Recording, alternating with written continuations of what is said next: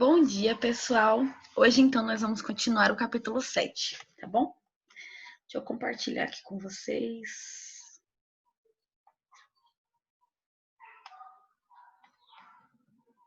Aqui. No capítulo 7, então, nós estávamos falando dos povos da América, né? Vocês podem conferir lá. Acabei de ver que eu peguei o livro 1. Livro 2. Já estava na minha mesa.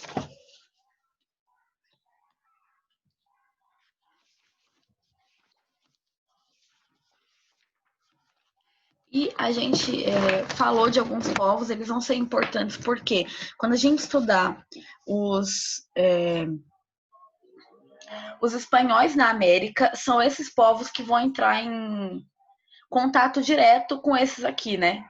Na verdade, os espanhóis vão entrar em contato direto com a maioria desses povos, tá? Então, nós estudamos os maias, falei da região em que eles vieram, que eles eram cidade-estados, que não tinham um governo centralizado, né? Que a cidade principal era Tikal, que tinha aproximadamente 60 mil pessoas, era uma cidade bem complexa. Falei que a maioria das cidades, elas poderiam ser cidades, né? Ou de religião ou de comércio, e que normalmente as cidades principais eram os dois, porque eles precisavam, né, desse local para adorar os deuses. Falei que existiam, além de Tikal, né, que era a principal cidade maia, existiam outras, e eu trouxe essas outras para vocês, né, que é os Mal, a Exna e Chichen e Tizá, fica no norte do Tacã. Então eram sempre com templos enormes para poder valorizar, né, isso, né, os deuses no geral, e a religião e a forma com que eles acreditavam nas coisas. Falamos sobre a pirâmide social, que eu falei para vocês desenharem no livro de vocês, conforme vocês vão lendo. Peraí, deixa eu colocar um pessoal que está na sala de espera. Falei também que, em vez de eles construírem casas de taipa, que é aquele barro, né, para ser construído, eles escolheram, na verdade, construir as suas casas, a sua cidade, com pedra. Então era muito mais resistente, durava muito mais, certo? Então, essas cidades, ou essas casas, né, essas estruturas, como se fosse um sobrado, chamava Siná, certo? E quem morava lá era o Nalil. É como se você nascer no Brasil, você é brasileiro, tá? Seria a mesma ideia. E que as cidades também, a família, ela era construída por avós, filhos, homens e suas esposas. Então a mulher, quando ela casava, ela ia ser da família do marido, ela não era mais da família de sangue dela, tá? Só tô recapitulando porque, na verdade, a gente já estudou isso aqui, certo?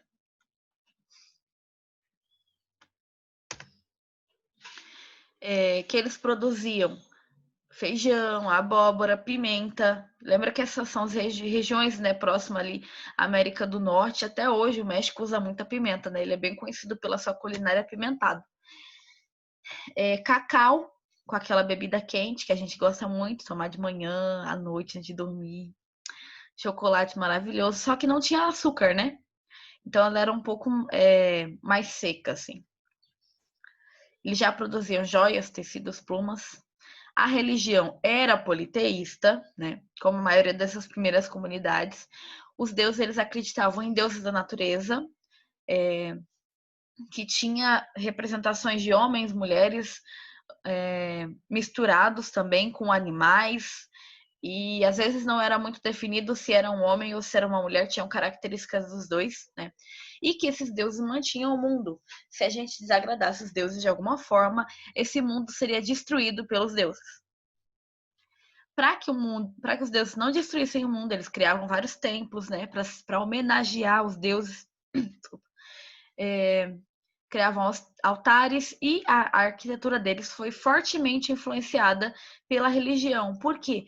quase tudo que se sobrou desse período são pirâmides escalonadas no estilo zigurate, que eram templos, tá? Aqui, ó. Falei também da escrita, que eles já tinham uma escrita até que bem desenvolvida, de vários elementos, né, de ideógrafo, e que eles não eram só pelo comércio que essa escrita servia, mas também para registrar a sua história, sua cultura, suas crenças.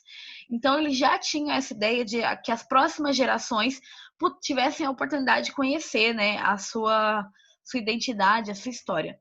Tá? E eles já tinham também o conceito do zero, não só o conceito, mas a representação disso, certo? E que essa representação do zero, como eu trouxe aqui para vocês, nem na Europa, que era considerada bem mais evoluída e desenvolvida no período, ainda não tinha um número, né? Ou uma representação que representasse o conceito do zero. Eles até tinham a ideia da inexistência, o que demorou até muito para eles conseguirem formular, mas não tinha um número ainda que representava isso. E aí, como eu falei, né, matemática mais religião, eles avançaram absurdamente na astronomia. Então, eles começaram a pesquisar os astros. Oi, Tiago. Oi, professora. Eu tenho uma dúvida. Sabe esses templos que eles construíam? Uhum. Dá para ser visitado? Alguns dão. Uhum. É que alguns eles foram se deteriorando muito até por causa da visita, sabe? Então, eles fecharam alguns templos. Hoje em dia não pode mais. Eu tenho até uma amiga que foi, né, para essas regiões de Machu Picchu, que são locais que tem, né, os restos dessas comunidades que a gente está falando, astecas, mais. Só que Uhum. aí ela falou que no mês que ela foi, era o último mês que podia visitar aqueles templos que ela foi, porque eles fecharam, né? Para que não deteriorasse ainda mais e pudessem só pesquisadores ficarem indo lá. Mas alguns podem sim ser visitados.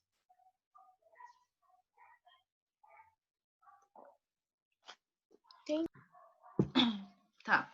E aí, como eu falei, né? Já que eles descobriram muitas coisas sobre astronomia, então necessariamente eles sabem também sobre como controlar um pouco mais a natureza, o que permitiu com que eles criassem dois calendários, um calendário religioso, que é esse aqui que vocês estão vendo, certo? Que tinha 260 dias, e era quando eles iam comemorar cada uma das festas em representação a cada um dos deuses. Lembrando que eles acreditavam que se eles não fizessem, não agradassem os deuses, eles seriam destruídos, né? E com toda a nação, com todo mundo. E o segundo calendário, que é aquele que eu mostrei para vocês na outra semana, só que eu não sei onde ele está no momento. Com 365 dias. Veja que já são os mesmos dias que a gente usa hoje, né? Eles conseguiam analisar a posição do planeta de acordo com as estrelas e definir que depois de 365 dias a gente voltava exatamente para o mesmo ponto. Então eles marcaram isso como um ciclo de um ano. E assim eles sabiam que época é a época da cheia, que época é a época da seca. Ai, tô explicando tudo de novo, né? Tá, eu vou resumir de novo. Vou voltar a resumir. Século X, tá? Crescimento populacional extremamente grande, várias invasões. Eles decidem finalizar ali aquela região, porque não tem mais como manter mesmo. Lembrando que eles não eram um poder centralizado, eram várias cidades-estados. Então, eles decidem, cada um seguir para o seu canto, vamos para outras civilizações onde a gente vai conseguir ter mais estrutura, tá? E as cidades ficam abandonadas. Várias dessas cidades, sim, dá para estudar, dá para ir lá conhecer até hoje, tá? Hoje, várias pessoas no México tentam trazer a tradição maia, porque é muito a base da cultura deles. Astecas. Deixa eu começar a falar astecas. Não, a gente não falou astecas, certo? A gente só falou os maias, né? Astecas, atual México, tá? Aqui essa região. Diferentemente dos maias, os astecas eram um poder mais centralizado. Eles eram um império gigante. Olha só o tamanho que era, né? Nessa imagem que vocês estão vendo. Tudo que é isso verde. Eles eram herdeiros dos Olmecas, que eram aquela comunidade que vocês estudaram no passado, que tinham as cabeças gigantes de pedra que pesavam toneladas e que tinham o quipô, que era aquela estrutura, né, como se fosse um cordão cheio de fiozinhos pendurados em que eles amarravam para definir o número da colheita, se foi boa, se foi ruim, quanto foi, né? Então, eles eram herdeiros dessas comunidades olmecas. Migraram para a região, né, em busca de um solo mais fértil, então para regiões que tinham mais rio, tá? E lagos. Fixaram de início nessa cidade ou nessa ilha chamada Texcoco, tá? Que vai ser uma das cidades principais. Nesse mapa aqui que eu trouxe não deu para ver, mas depois eu mostro outro mapa. E aí ela tem uma parte muito, muito, muito, muito importante. Grifa no livro de vocês, tá na página...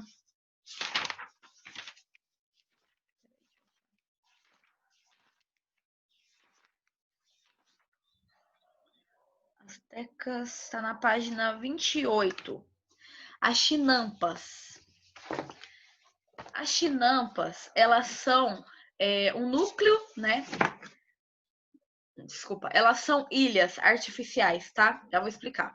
Núcleo que transformou em uma cidade nessa região onde eles começaram a fixar, eles criaram a cidade de Tenochtitlan. Quem não assistiu o documentário Grandes Civilizações, assista. Faz uma grande diferença, vai ajudar vocês até a entenderem. É um documentário em desenho, super fácil de visualizar, tá? E ele tem das 3 cidades, das 3 civilizações, os maias, incas e astecas, tá? Que a gente está estudando. Grandes Civilizações, o nome, tá bom? Tem no YouTube, é em desenho, tem uns 15 minutos cada um deles, é rapidinho. Já deixa você falar, espera um pouquinho, deixa eu terminar a ideia. E nessa cidade, a cidade foi crescendo demais, eles não tinham como plantar e ter todas as pessoas morando. Então, o que eles fazem? Eles constroem essas ilhas artificiais. Eu trouxe 2 modelos para vocês, tá? Eu já tinha visto muito mais comum nessa daqui, mas eu achei essa imagem em alguns livros e eu achei bem interessante também. Porque, assim, gente, é um solo sempre fértil, tá? Eles criavam essa estrutura de madeira com terra em cima da água, tá? Porque assim o solo automaticamente já era fértil, porque ele já tinha água regando eles o tempo todo. Era num rio, não era no mar, então era fácil de, mesmo se fosse, né? Algumas plantas conseguem. Então eles criavam, né, de uma certa forma que essa ilha chegasse ao ponto central da ilha principal em que eles pudessem ir lá recolher o alimento. Era para plantio de alimento, tá? Sistema que permitiu a exploração do lago e o crescimento da população, porque agora eles conseguem plantar em local que nem era terra. Não dá para ter muito mais gente? Não dá para fortalecer a alimentação? E se tem alimentação, a cidade pode crescer, porque assim dá para ter mais cidades. As crianças, quando nascem, vão ter mais estrutura de alimento, né, para sobreviver, tá bom?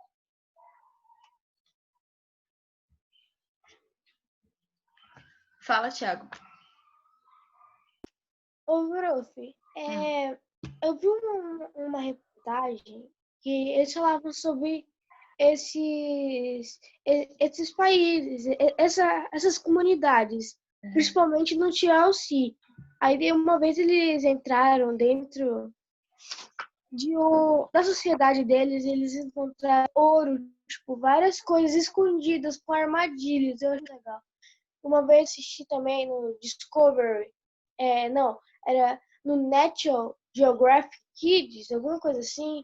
Aí eles também iam lá dentro. Eu adoro esses vídeos. Uhum. Então, não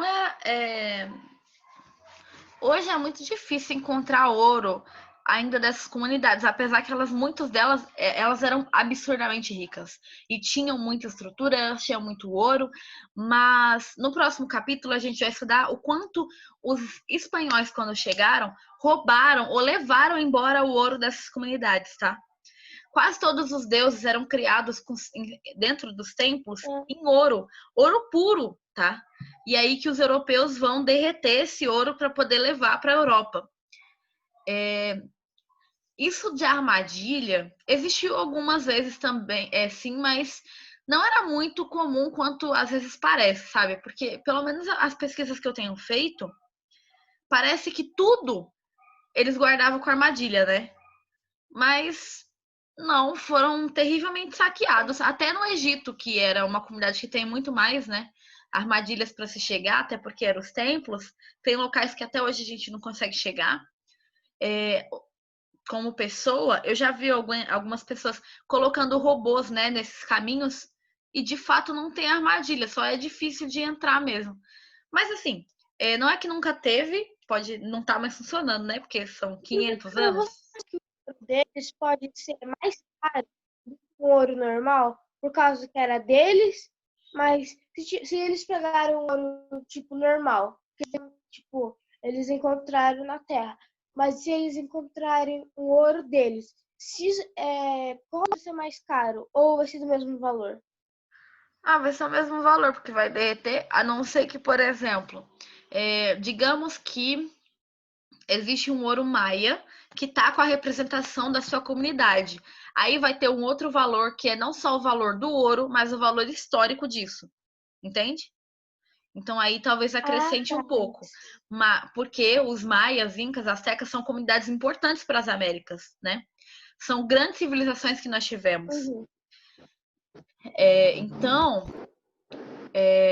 aí tem o valor histórico, que é um pouco mais nesse quesito, porque existem pessoas que compram para ser colecionador, né? Ah, eu tenho ouro maia, olha que diferente, sabe? Então é exótico, né? Então tem gente que gosta. Eu vou desligar aqui seu áudio porque eu preciso continuar o conteúdo. Ok, a cidade que eu estava falando, né? Tenochtitlan. Era uma cidade muito, muito importante porque ela unia todas as forças do império, tá? Era a principal cidade e ela ficava entre a Texcoco e a Tlacopan, que eram duas cidades grandes também do império, só que uma mais ligada para o comércio e a outra mais ligada para a proteção, né? Então, permitia com que existissem trocas, né, religiosas, trocas de comércio, tudo nessa cidade aqui, tá? Ela unia as duas. Tô com o livro, sim.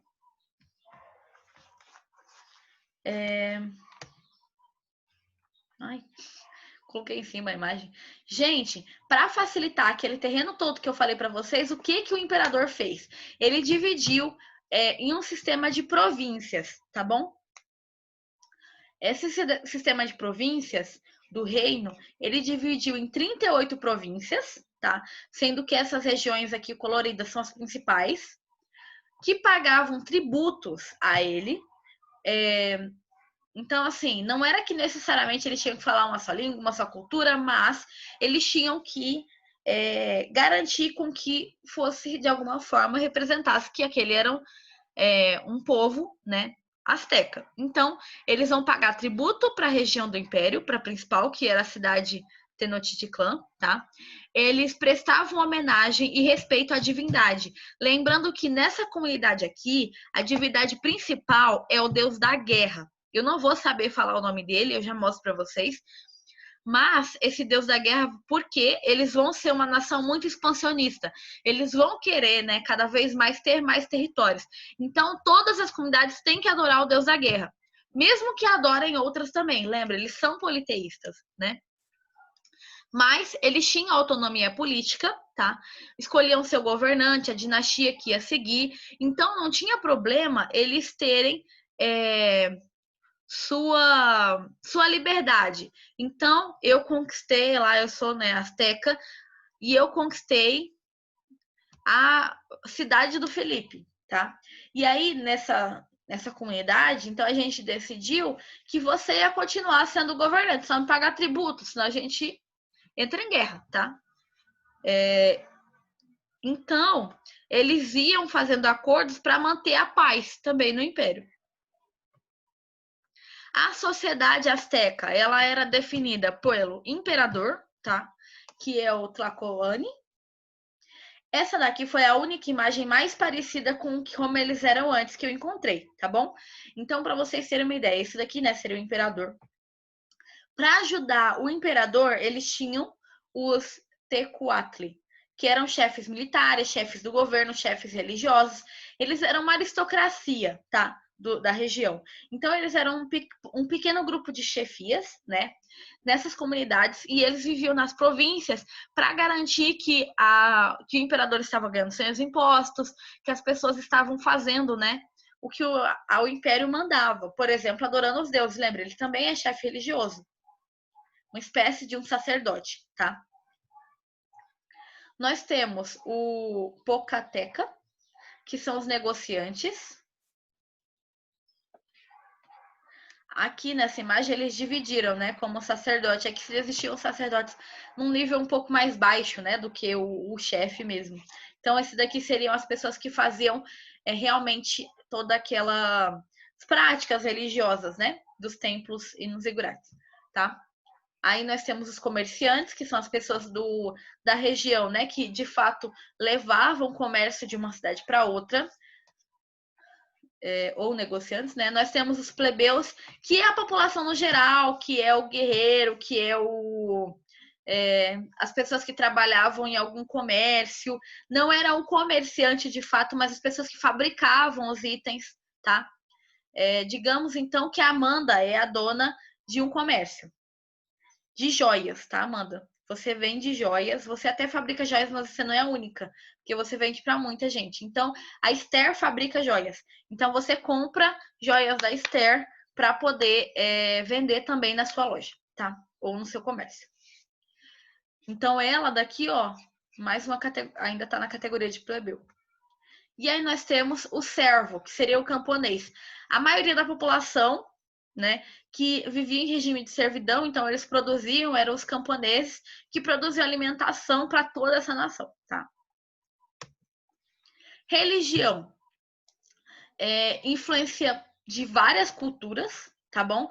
Várias culturas influenciaram essa região. Era uma religião politeísta. Por que o guerreiro tá com a roupa de onça? Era a forma que eles se vestiam para representar os deuses. Forte como um leopardo. Alguns deuses eram deuses astecas, maias, incas. Eles tinham uma representação do leopardo. Então, que iam dar força e velocidade como o leopardo, tá? Eram politeístas. Eles tinham um panteão de deuses. Então, eram vários deuses que eles adoravam, tá? Deuses principais. E de todos eles, o principal era o da guerra, que é esse nome aqui, ó, que eu falei, né? Huitzilopochtli. Alguma coisa assim. Era o principal dos deuses, tá? Que era o deus que deveria ser adorado sobre todas as nações asteca. E eles ofereciam sacrifícios humanos, tá? Várias vezes durante o ano, em várias festividades, não só sacrifícios de animais. Por isso, tá, continuando, né? Eu já vou voltar nisso. Mas alguns deuses principais, né? Desse panteão que eu falei para vocês. Tem o deus que representa a ursa maior, tá bom? Que é o Tezcatlipoca. Então, eles olhavam as estrelas e conseguiam ver aquilo, né? Aquela representação e achavam, isso é um deus. Tem o deus serpente, tá? Que era adorado por outras comunidades antes dos astecas já. E a representação desse deus aqui, ele tá em vários templos de várias comunidades indo-americanas, né? Dessa região aqui das Américas. Meu gato quer entrar. Deusa da espiga. Lembrando que a base da alimentação dessa comunidade, ela era completamente a base da alimentação, né? Ela era o milho. Então, eles vão adorar 3 deuses relacionados ao milho. A deusa das 7 espigas, que é a Xicometli.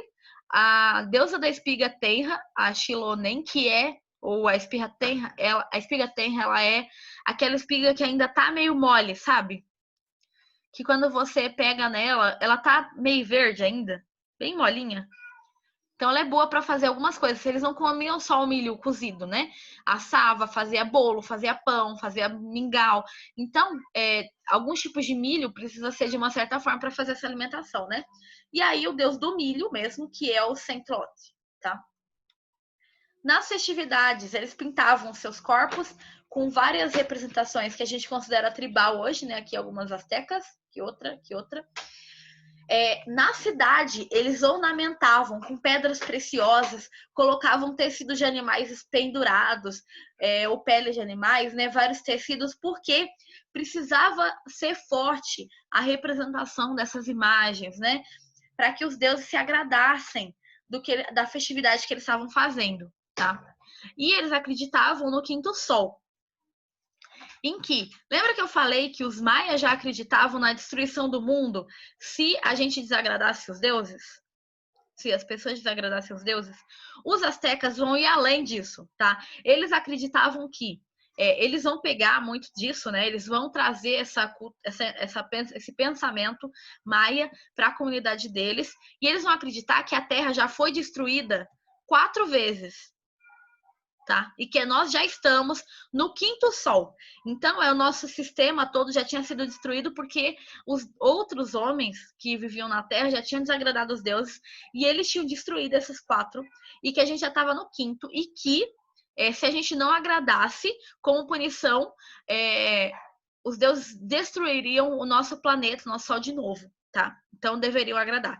Para impedir, apenas com sacrifícios humanos. Então, eles produziam isso. Com isso, existiam alguns tipos de guerra, tá? 2 tipos de guerra, pode anotar isso no caderno, na borda do livro de vocês. 2 tipos de guerra dos astecas. A primeira é uma guerra de conquista, porque eles deveriam conquistar ou territórios para sua nação, lembra? Eles eram um território grande, mas foi conquistando, ou recursos, tá? Por meio dos tributos de alimentos, não só de ouro, né? Então, para fortalecer. E também tinha as guerras religiosas. Nas guerras religiosas, o ideal não era destruir a outra comunidade, era, na verdade, até imobilizar. Então, muitas vezes, eles usavam zarabatanas, coisas que apenas iriam imobilizar o oponente, porque eles iriam sacrificar aos deuses essas pessoas que perdiam a guerra, tá? Então, aqui, ó, algumas das armas que eles usavam, principalmente nas outras guerras, né? A guerra religiosa era só para imobilização, tá? Então eles tinham machadinha. Essa daqui é o principal armamento asteca. Então era como se fosse um taco, né, de pau com dentes de pedra na borda. Tem várias representações até hoje nesses locais, né? E em pergaminhos, em formas escritas, como eu disse, né, eles já tinham uma estrutura para poder que nós pudéssemos lembrar sobre a sua comunidade.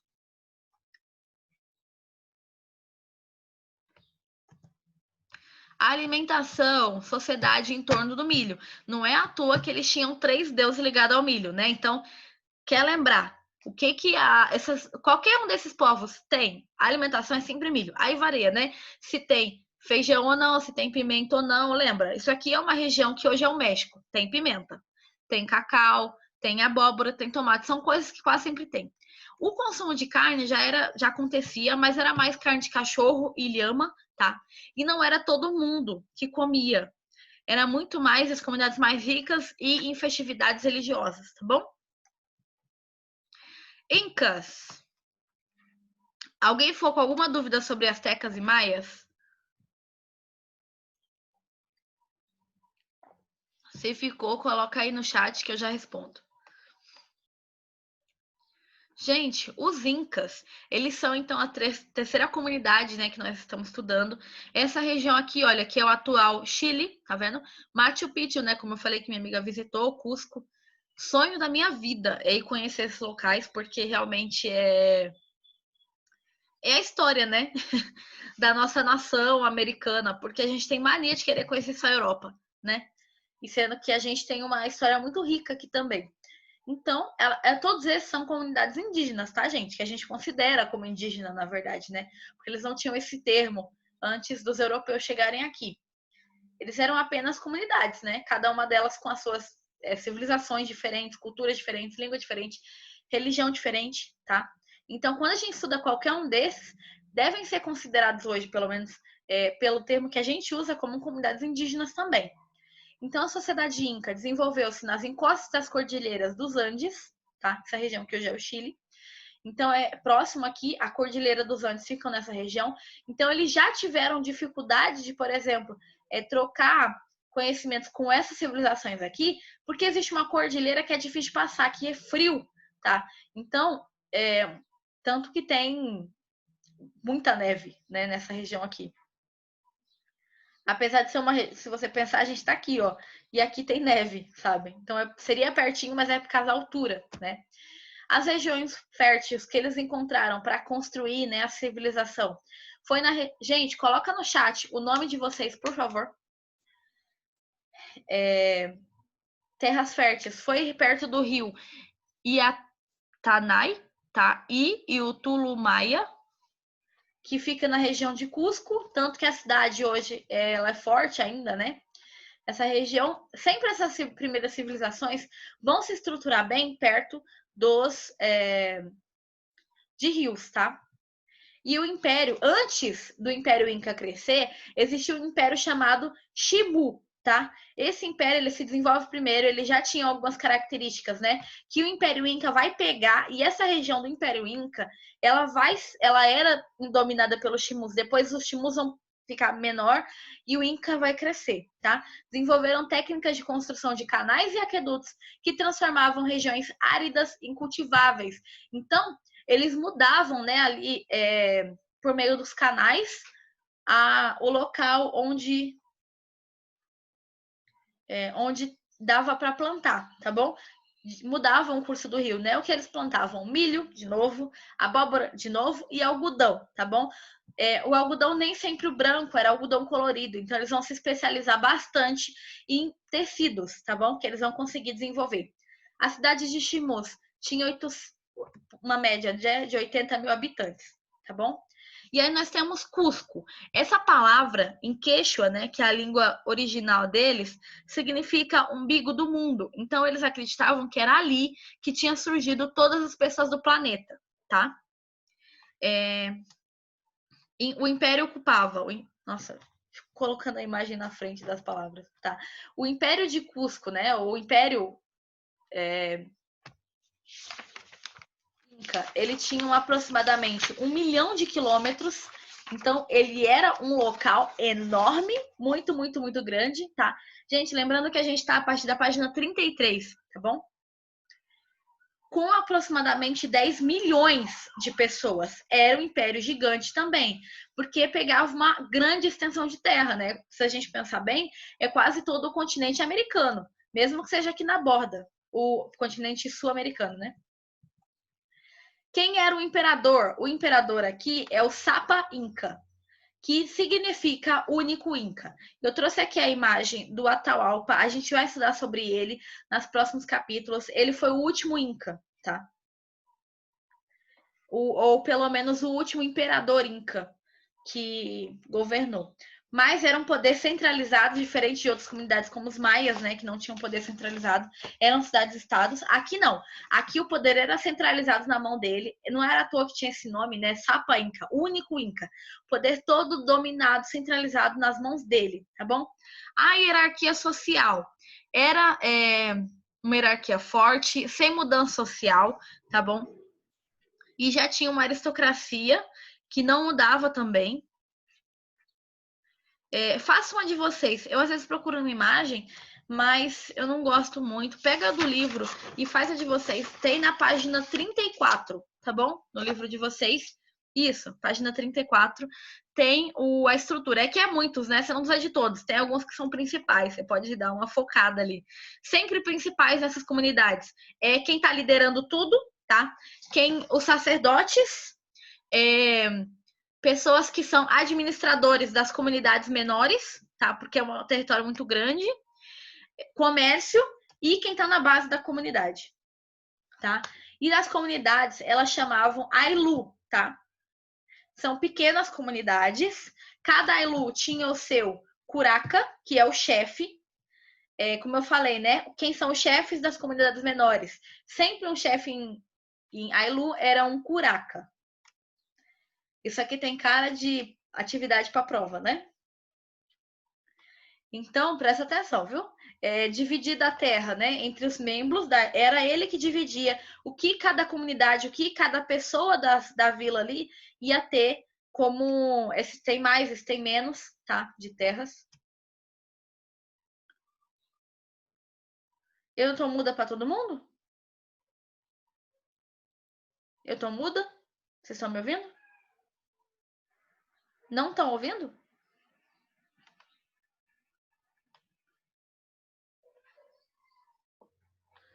Peraí.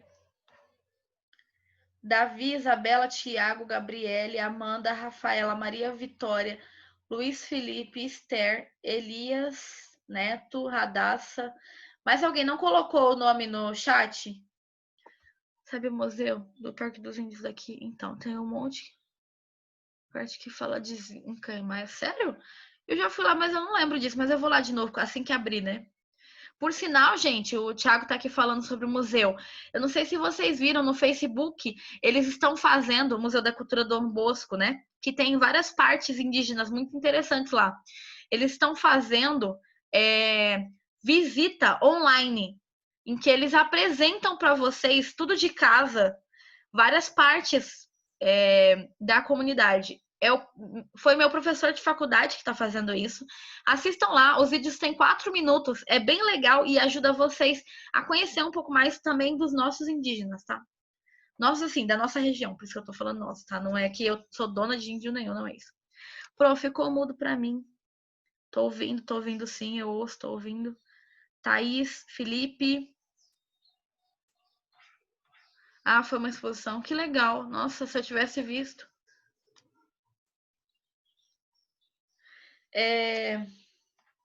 Mas alguém não colocou o nome no chat? Eu não sei por que a Esther ficou mudo pra ela. Tá bom, gente. Dá pra ter lhama em casa? Não, ele é um bicho grande, quase o tamanho de um cavalo. Além da agricultura, né, que eles produziam lá, que era com batata doce, quinoa, milho de novo, amendoim, mandioca. Mandioca a gente come, né? Eles também domesticavam os animais, como a lhama e a alpaca. Eu trouxe aqui para vocês terem uma ideia de qual é a diferença de uma para outra, tá?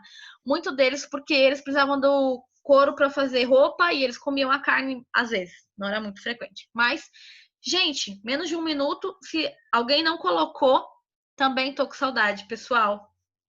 Obrigada quem escreveu o recadinho para mim nas atividades avaliativas, amei, foi muito bom ler. Tô com saudade. Ó, Cagira. Todo mundo colocou o nome no chat, muito obrigada. Até semana que vem. A gente finaliza, tá?